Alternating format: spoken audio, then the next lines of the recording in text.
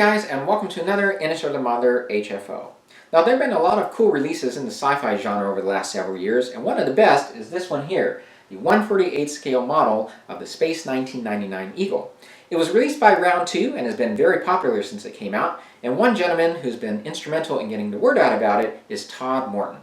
He's a Space 1999 enthusiast. He's also the creator and moderator of the Facebook page Space 1999 Props and Ships, which he used to promote the model. So we're going to go ahead and talk to Todd. He's going to tell us a little bit about the 1/48 scale model and how it came about. And he's going to show us some of his extensive model collection. And he's going to talk a little bit more about Space 1999 Props and Ships. So let's go ahead and meet Todd Morton.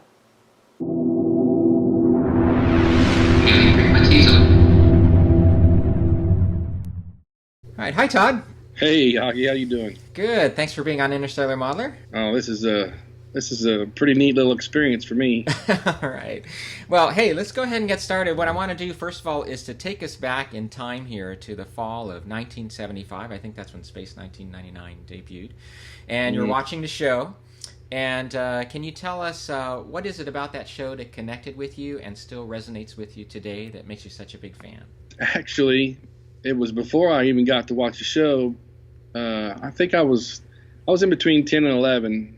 See, 76, I was 10, so maybe a little younger. But my next door neighbor was about 4 years older than me.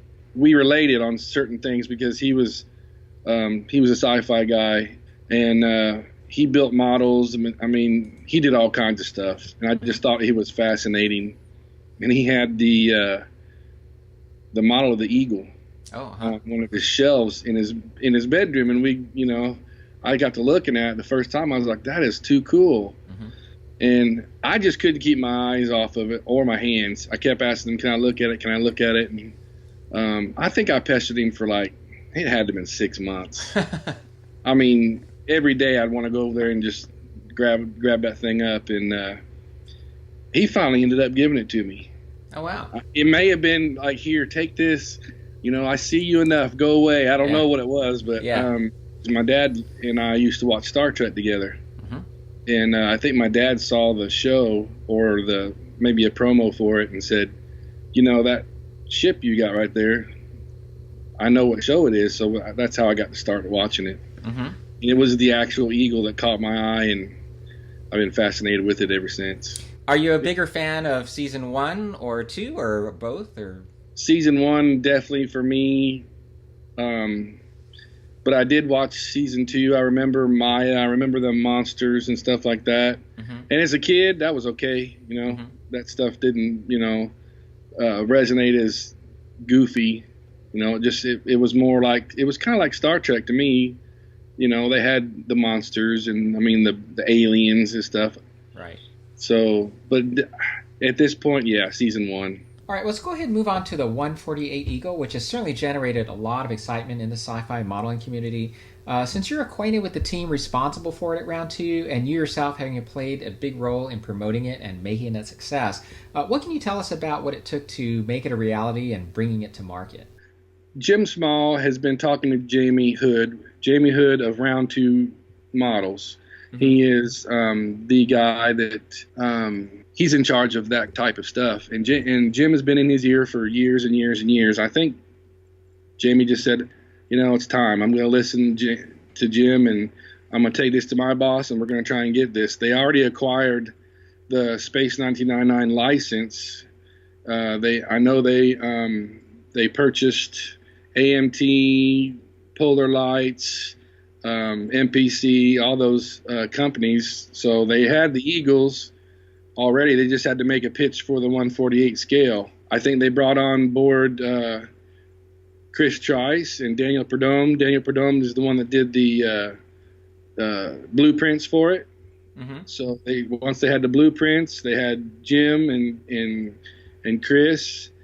They had everything they needed to get a accurate model done, and they just went to town on the design of it. And Jamie made it happen, and here we are today with that.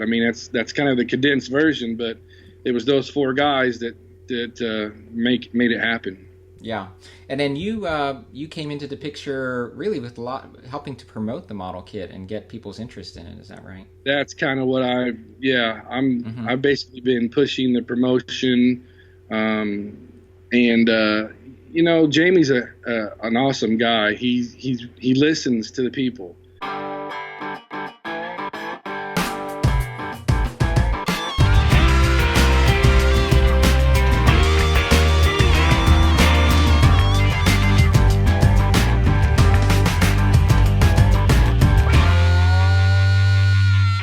All right, so you have quite a collection of models in your Space 1999 collection.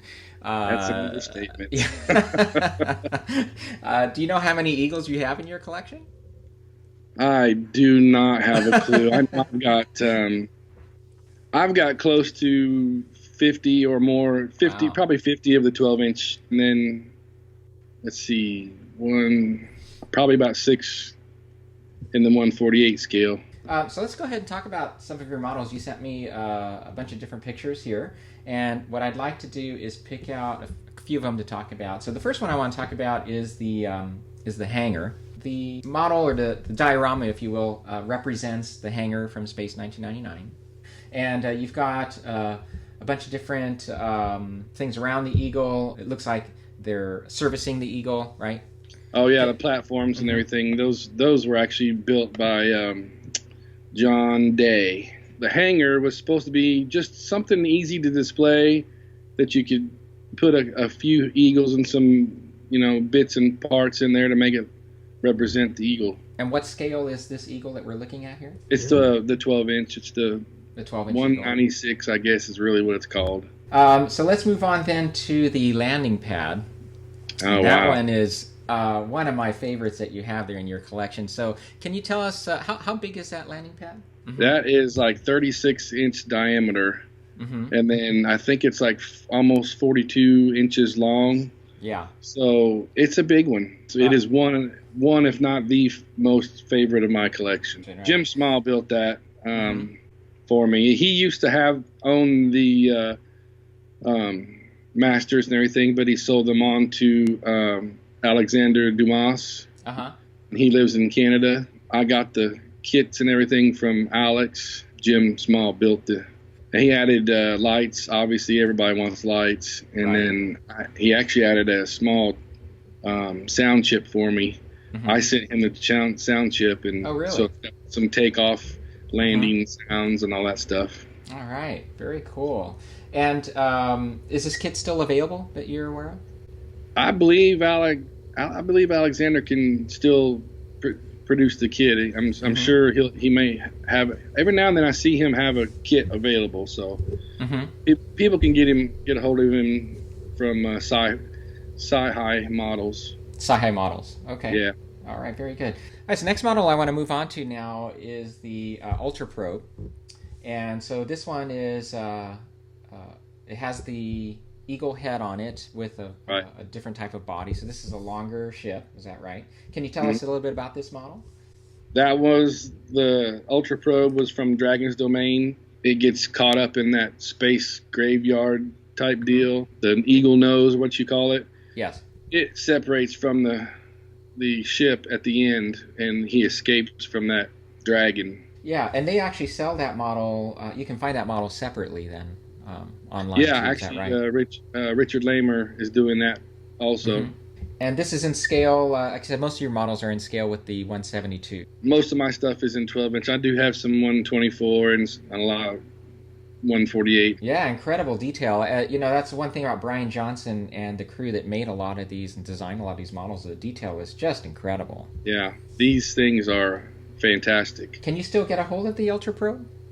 No. No.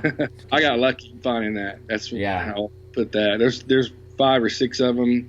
Guys have scratch built their own. There's a few of them out there, but not as a kit. Okay. Well, let's go ahead and move on now. You've arranged a Space 1999 convention, actually, right? You organized one, I should say. And that occurred earlier this year, or was it last year?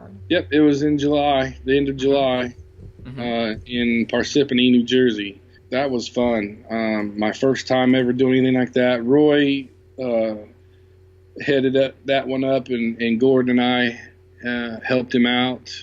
And I basically did the website, so everybody could go to the website and purchase tickets.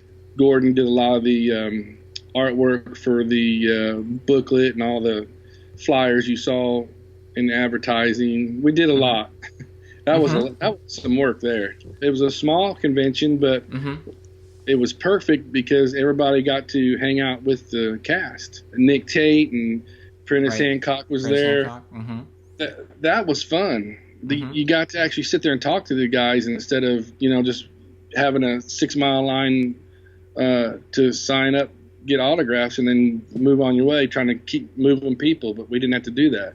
Right. So we got to hang out with the cast the whole weekend. And they were great to meet in person. And they are great people. I can't say, I don't know of any other fandom where the actors have come and done a convention for the fans and was that accessible. From the time they woke up to the time they went to bed, they were with somebody, a fan, or one of us. It was awesome. Oh, that's great. So we're going to move on now to the Space 1999 Props and Ships Facebook page. So you created and moderate that. Can you tell us a little bit about that and what your goals were and so forth? That was all. It was supposed to be helping get the Eagle, the 148 Eagle, going. When I started it, like I said, I could not fathom 500 members. Yeah. Today we have 8,300. I'm literally getting 300 new members a month. It's become huge. I mean, I'm getting messages and everything daily. Gordon and I, we talk constantly on what can we do to bring out something new. Or I'm trying to work with Alex Jackson and all these guys that produce these garage kits to get these kits out. So it's become kind of a gathering place to find new stuff. Yeah, and as you mentioned, though, this is a great place for anyone who is currently building the Eagle. They get great advice from other builders. It is just incredible what people have done with that model. As you can see, I added a few things to my own Eagle here with lighting and that sort of thing. So the model is such a fun kit to work with. So I would say to anybody who's interested in building that ship to really sign up as a member, because not only do they get advice from other modelers, but they also post pictures and and this group is by far the best at helping each other out. I mean, all these people are willing to help. I've had my health problems as far as my back surgery and everything. I wasn't able to feel anything with my hands. A lot of that's coming back now, so I may be building my own for the first time soon. So as we wrap up here, I wanted to ask you, they've come out with a couple of other things for the Eagle. Can you talk a little bit about the other kits that have come out? The Eagle that came out just recently is the cargo winch Eagle. That's the one in the episode Breakaway where they pick up the canisters and move them, trying to disperse them out. That's already out. There is a kit coming out that is called Area 2. It comes with the canisters. It's got the figures. It's got the moon buggies and the silo covers and lights. And then they've also got the pre-assembled 22-inch Eagle coming out. Oh, that's right. Yeah. And then the other thing you can buy for this Eagle too are the engine bells, which are made of metal. All the aluminum parts are available for that, except the only thing you can't get from round 2 is the round sensors on the command module. Mike Reeder obviously gets that stuff for us. Now that we're talking about it, I'm thinking, wow, we've done a lot in 3 years. You have done a lot, and as a modeler, I have to thank you for not only for you as well as the other rest of the team that brought that Eagle to market. Because we all, we build these models and we go, gosh, this is so inaccurate. I remember for years that was the one that was available as the NPC kit, and you would just see all these little things that you'd love to fix. And man, this is just a dream come true for a modeler, a Space 1999 fan for sure. I have to tell everybody, Daniel Perdome, Chris Trice, and Jim Small and Jamie Hood Those guys were the four key people to doing that. You know, I'm basically riding their coattail. That's me. I'll admit it.